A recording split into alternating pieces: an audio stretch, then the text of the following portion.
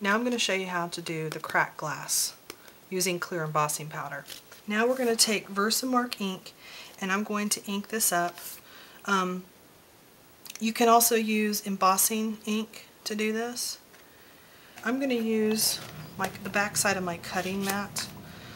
I know the paper's for protecting, but I have other work I want to do on there, so I'm just going to use my cutting mat. Just ink it up.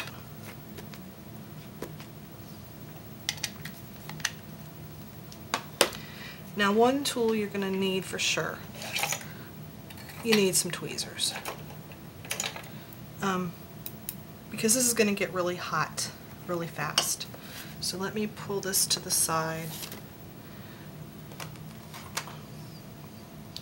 And you can use a tidy tray, but actually if you just use a little Tupperware container, Gladware, this is actually Chinese takeout container we had, and just fill it with embossing powder. Take your little bottle of embossing powder and fill it.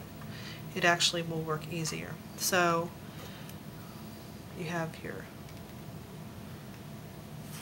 hold that on and just sprinkle all over. Also your work area, just make sure there's, it's protected, and tap it off, because this will get messy. You'll have embossing powder everywhere. Just that little bit, I got embossing powder everywhere already. Now you're not going to be able to hear me when I turn on my heat tool, but what you want to do is heat from underneath first, and that will help melt the powder and keep it from blowing away, as opposed to going from the top here. Okay, here we go.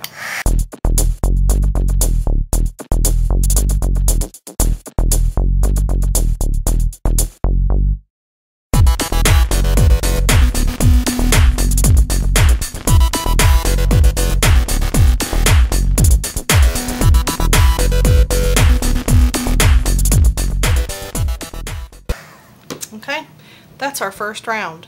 Now what you might want to do is take it and move this over.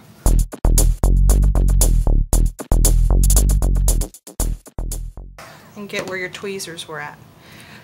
You're going to want to do this several more times. Okay, there's a couple things I wanted to point out about this. One, it is going to curl, and it's not a big deal.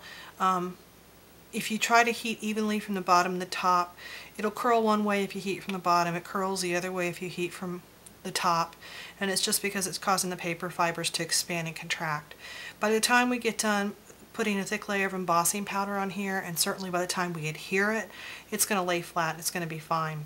The other thing I wanted to point out to you is after you heat this, if you immediately put powder on it, it'll be hot enough and liquid enough to hold on to the powder. But you have to work really, really fast, because as soon as that powder cools, of course it's not a powder anymore, but once it cools, that embossing, you have to re-ink it. Now, if you don't want to re-ink it, all you have to do is take the heat tool, heat it again, and then dump it, or dip it, I should say, back into the embossing powder. Okay? The craft sheet, again, it's by Ranger. It's much larger, different. It's more of a brown tan color.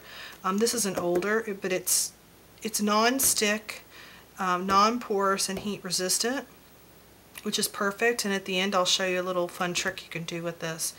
I did post some cards that I did when I took a Suze Weinberg class, again 10-12 years ago, and some really neat cards, artwork that we did, that's also posted to my blog that you can take a look at.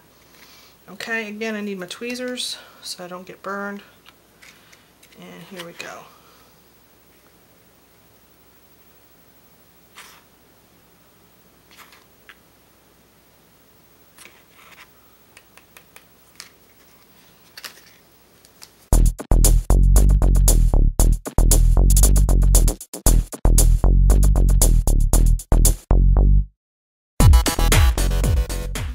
Okay, so now what I'm going to do, I'm just laying this down. I wanted to reiterate again in case I wasn't clear.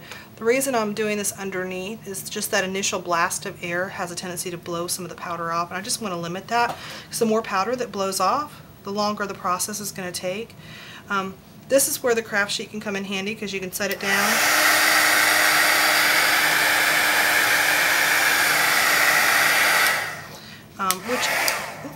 which isn't a big deal when you're first doing this because it's not so thick, but as this builds and gets thicker, it'll actually start to run. It's a liquid when it melts, so it'll actually start to run. Let me get this turned the right way here. Now I don't want to ink it up again, so what I'm going to do is hit it with the embossing gun again and scoop it in here really quick. So here we go.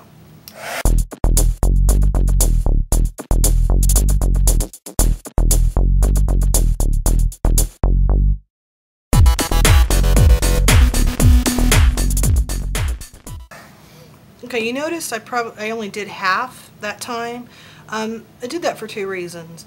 One, it's hard because of the tweezers are in the way, but the other reason is because this is kind of a large image, and by the time I heat this and move to the other side, this is starting to cool off, and I just wanted to ensure that it would stick. So I'm just going to come to the other side and add a coat to this half now.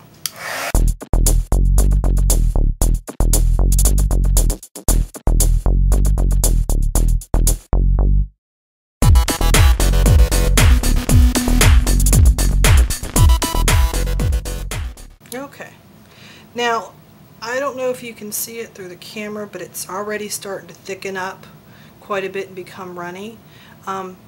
So I'm going to start utilizing this a little more instead of holding it with the tweezers. Do be careful, that liquid is extremely hot.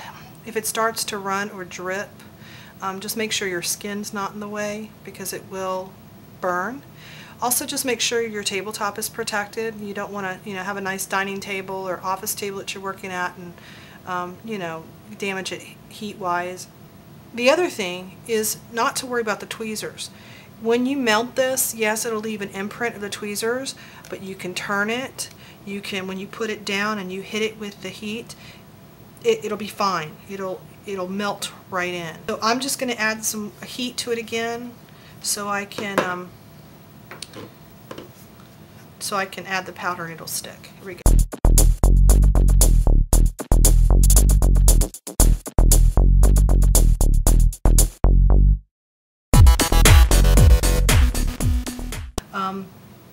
Let me hold it up here so you can see it.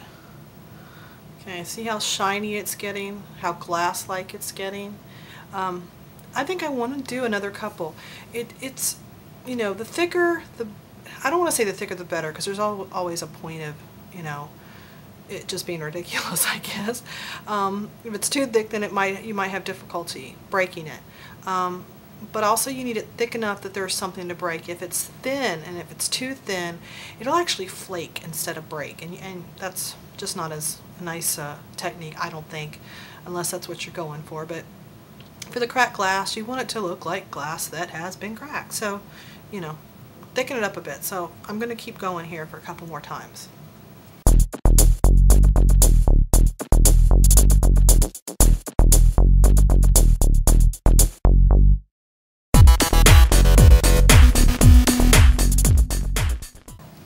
Okay, just, you want to look at it in the light, because over here I can tell it's a little bumpy.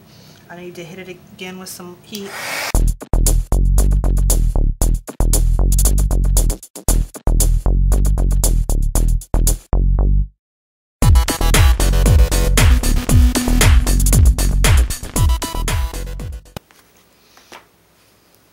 Alright, that's it. That's all I'm going to do.